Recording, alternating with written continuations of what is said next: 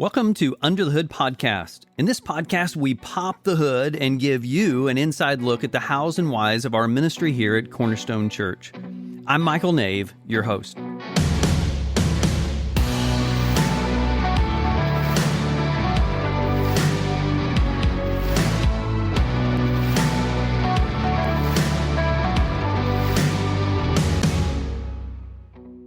Welcome to this episode of our podcast as we get to talk about one of my very favorite subjects and one of Keith's favorite subjects. For sure. Being on mission. Keith Fossey, great to have you in studio today. Hey, thank you, Michael. Great to be here. So give us a little snapshot of who is Keith Fossey. We've got airplanes and Lowe's and now being on our staff as missions director. Who are you? Yeah. So 58. Nice. Right. Got personal fast. Yeah. So, I had a career with Lowe's that was like 30 years where my wife and I got to kind of travel around the country, do a lot of cool stuff with them. Settled back to Southern Illinois, where we're originally from. Mm-hmm. And retired about 6 years ago, got involved with Cornerstone. And love doing the serve thing. Love motorcycles. So Tia and I'll be out on the bike, anytime it's warm. Love flying. So, there's a lot of good stuff out there. Thank you for bringing your experience, your passion to our missions as our director. And in the last episode, we talked about, Nathan and I put that time capsule together. I love that. Yeah. Yes, of the month we spent focusing on our serving and how in following Jesus, that's what we do. And so in that time capsule, we had Abraham willing to leave it all and take a few interesting people with him. And then Isaiah encounters the Lord and says, send me whatever it is. And then we find Jesus teaching that his sheep serve. And then all the way to Romans 12 being the overflow of the gospel. So as the guy who is so passionate about missions for us at Cornerstone. What was it about that series? Maybe a high point, or what was it that again inspired you to lead us on this journey? Yeah, well, first of all, we appreciate spending this series. It's been really so good so far, and to kind of take a month and go really deep and serve, and really all these different facets, I think is great. And then the time capsule really pulled it all together. So I appreciated that. Matter of fact, our small group went through that a couple weeks ago. Great. So that was great. But when I think about kind of what we pulled out from it, I think about that first week, and something that really stood out to me, that sometimes a step of faith is a step from comfort. It's not going to be necessarily comfortable when we get called to do something. And I think serving's like that. We'll see that, sometimes God's going to call us into a mission field, a place, a position that's not necessarily going to be comfortable right off the bat. So good. We've got to get past that, I think, if we look to step out and serve. So that was a big thing for me. And then Isaiah week 2, to be honest, that took me back to the Army. Oh, wow. I know. Yeah. Because, one of the things the Army teaches us is really when you volunteer, do it without consideration of the consequences, which is exactly where Isaiah was. He was. He was responding. I don't know where we're going, but I'm going. Yes. And that's exactly the way I think about that. That we've got to serve that way. That is so good. So good. I love that. Now put on your missions director hat. Yes. You have shared with me 4 pieces regarding your vision for mission. Can you kind of walk us through those and tell us about that? Yeah, absolutely. Thanks for asking. The first, and I think the most important thing for me, is to really think about how we develop the missional heart of our congregation. Yes. So to me, that means that, as a congregation, we see opportunities in our community and we have a response. And, not everything's going to be for us, but there's a way we can make a demonstrable impact in our community, and be honest, we can help people follow Jesus along the way. Right? Okay, good. So that's the first thing when I think about. The second thing is to really go out and find those opportunities for people to serve in. And they've got to be varied. They've got to be diversified. I was talking to some people last night, and they said, hey, I work Monday through Friday. What do you have on the weekend? Or, hey, I work through this, but I'm available at that. So we've got to be able to make opportunities that are available in people's schedule, but also within the field that they're looking to serve in. Not everybody's going to want to build a ramp. Not everybody's going to want to unload a truck. So one of the things that we try to do is find those opportunities, kind of curate them so we know that they're good ones. And then the next step is to really make sure that we do very well in supporting the people that do it. So it comes off when it's supposed to be. Yeah. The needed things are there. Right. So not only is it a good opportunity to make an impact, but it's a good opportunity for the volunteer as well. So we want it to be a good experience both ways. And then finally, we've got some opportunities where people walk up and they say, man, I've got this great idea. I've got a heart for this or that. And we want to be able to come alongside those folks, help support them in growing those ministries. Because we've got some unique resources here at the church that we can help bring aside those to really help them be successful. Yeah, you mentioned those startup ministries. I know that like 3 that I know of that you have been able to bring us into partnership with, especially in the startup realm, would be Worth the Risk, Elizabeth Refuge Home, and Hearts and Minds. And I really appreciate you helping us help others get started and help missions develop right here in Southern Illinois and in our region. And so it's exciting to see you taking us down that path. Yeah, I think the important thing with each one of those 3 is, man, they have a founder that's behind them that's got a heart for serving God and serving others. And in each 3 of those cases, man, it just oozes out of them. And it's exciting to see that the work that they're doing. So, we get to come alongside them and maybe fill in a gap with a resource or 2. Maybe it's a technical assistance. Maybe it's just plugging them into volunteers, giving them more awareness. Right. For instance, Hearts and Minds would be the ministry that Chris Duckworth is doing with athletes over in the SIU campus. We're super excited about what he's doing over there. We had a house that, to be honest, we weren't really sure what to do with it in Carbondale.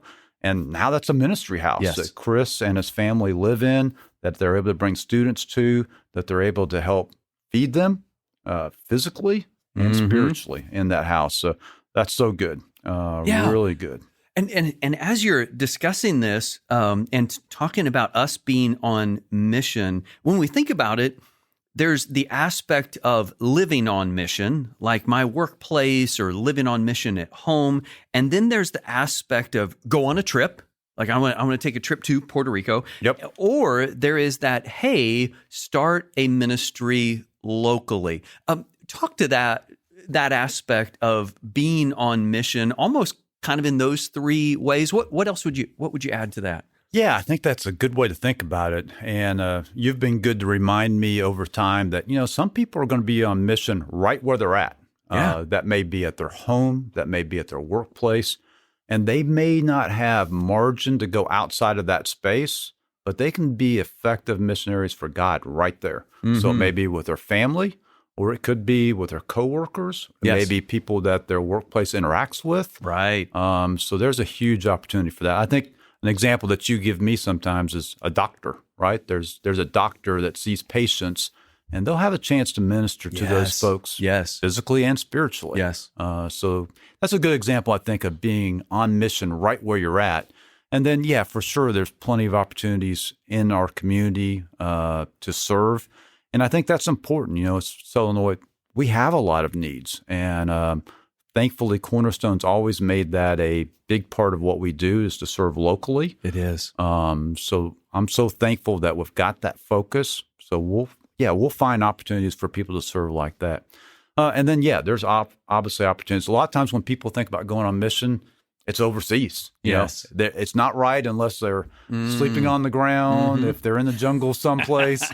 And I get that. I completely get that. So, we want to help find those opportunities and help support people that want to do those things too. So I think all 3 they're valid. And, you may be in a different season of life where one's going to fit today. Yeah. And just like me, when I retired, another one fit in retirement. Good. So, Good. And I really appreciate something that you have now started is us having a missions fair and bringing those opportunities in front of our people, opportunities to go opportunities to be right here on mission. And so thank you for starting a missions fair to keep that in front of our people. Yeah, thank you.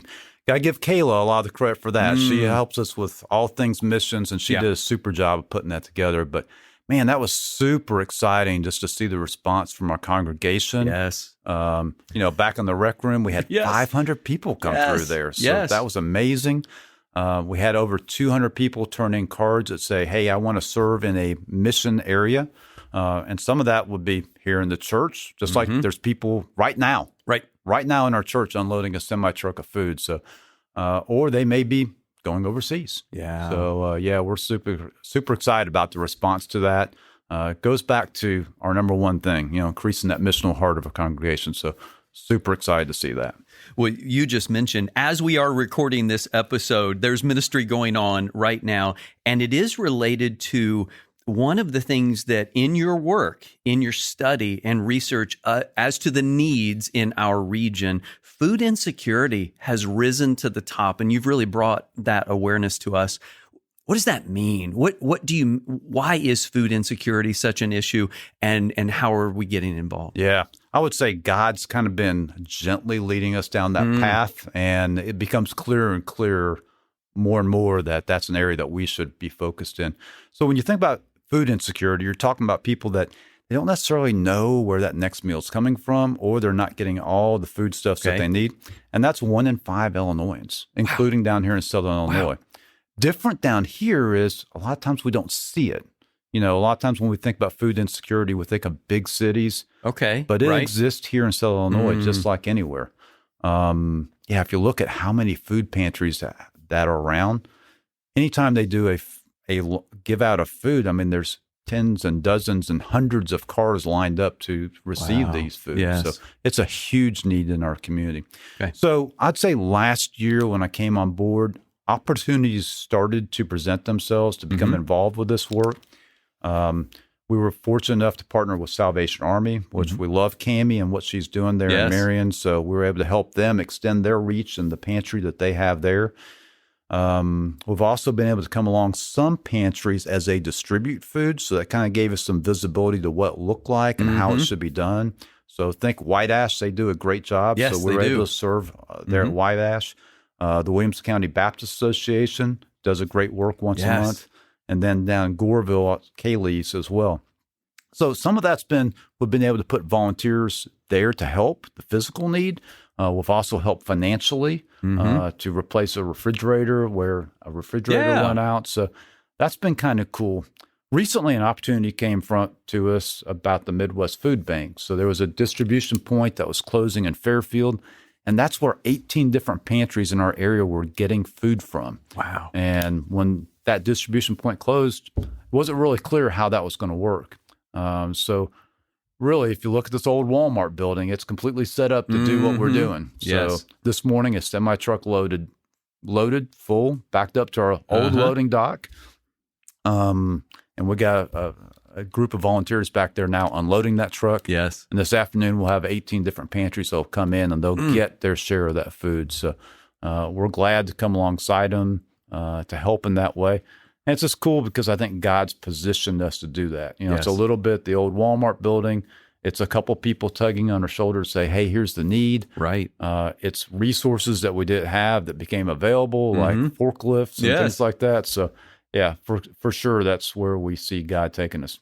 And then a cool thing that we haven't really talked about that starts next week, senior food boxes. That was another opportunity that kind of came our way. So next Tuesday, we have 25 seniors that will come to our church, and they will get a distribution that we'll be helping with from St. Louis Food Bank. So that's pretty cool. For the last couple of months, they haven't been able to get that distribution of food because their place was closed. Right. Oh, so good to hear about these new opportunities that have arisen, as you said, that the Lord had nudged you in this direction and seeing that opportunity. Oh, there's one more. And more. Got to talk about Gumdrops. Yes. Yeah. So Gumdrops is a kids backpack food ministry that in Carterville. That Amy's run for the last 12 years. Wow. Really done a good work over there. But recently, they've had to go from getting food donated to them to now they're buying food. So they service over 1,200 kids every week with a distribution of food that goes home with them from their school. So in January, we were able to come alongside them and increase the funding that we participated with it. So we make up 25% of the funding for the food that they buy right now. Right.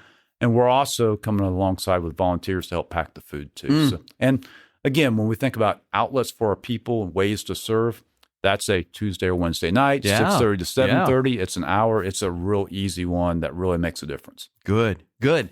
So new opportunities, open doors. Historically, one of the things that has been visible and people have been aware of, but we sure don't want to overlook the impact that Kingdom Builders. You were formerly the director of that before stepping into all of missions. Give us a snapshot. Remind us what Kingdom Builders does and how this has been such an important ministry of ours. Yeah. So I really got to thank Alan Thompson. Alan was the one that pulled me into it. Yes. And then he disappeared. He did. Yeah. Went to the beach or something. Yeah. But Alan saw a need, and we started a construction ministry here at church. And I would say over time that ministry has found a niche with wheelchair ramps. Yes. So like last year, we built 32 wheelchair ramps.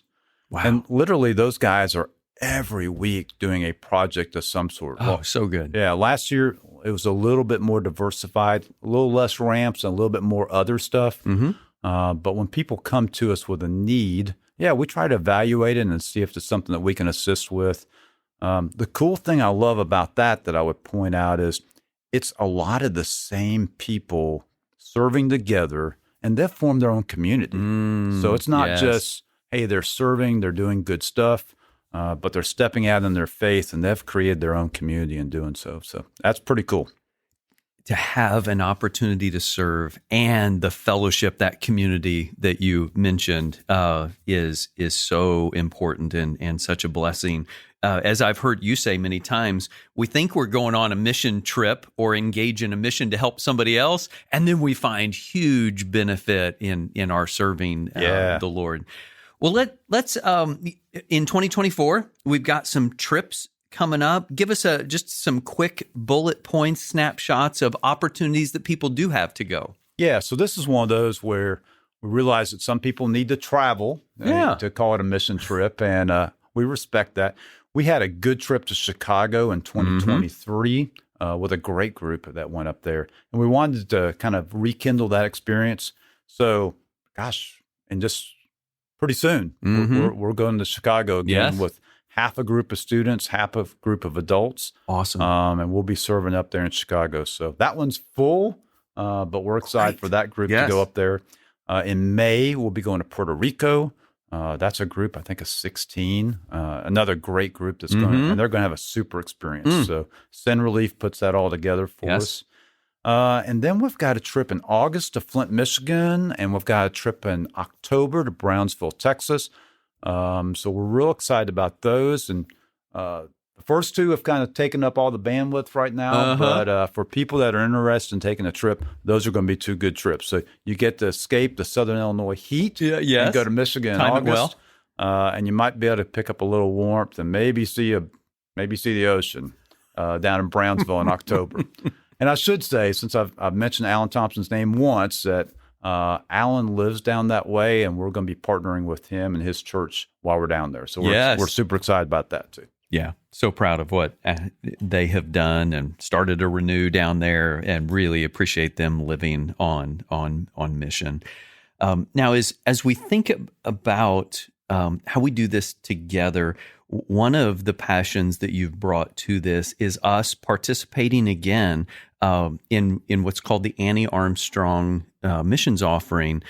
So tell us about us engaging in that and us being involved in what that opportunity is for people.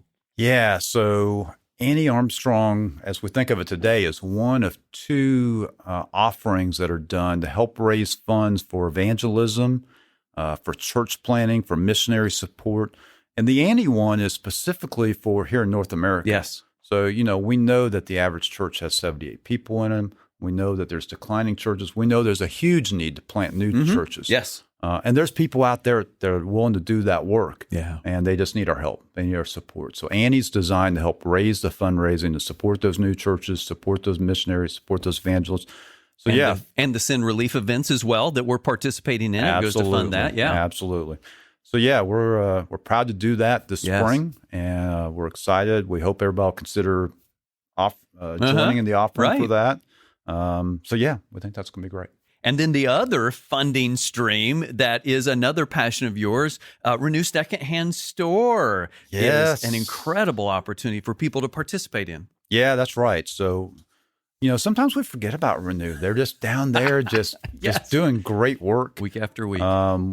Sometimes, we've got our store in Marion here at the end of the old Walmart building. And just like always, they take those gently used items, they put them out for sale. Yes. And then 100% of the proceeds of that goes to local missions. We've also got the store in Carbondale.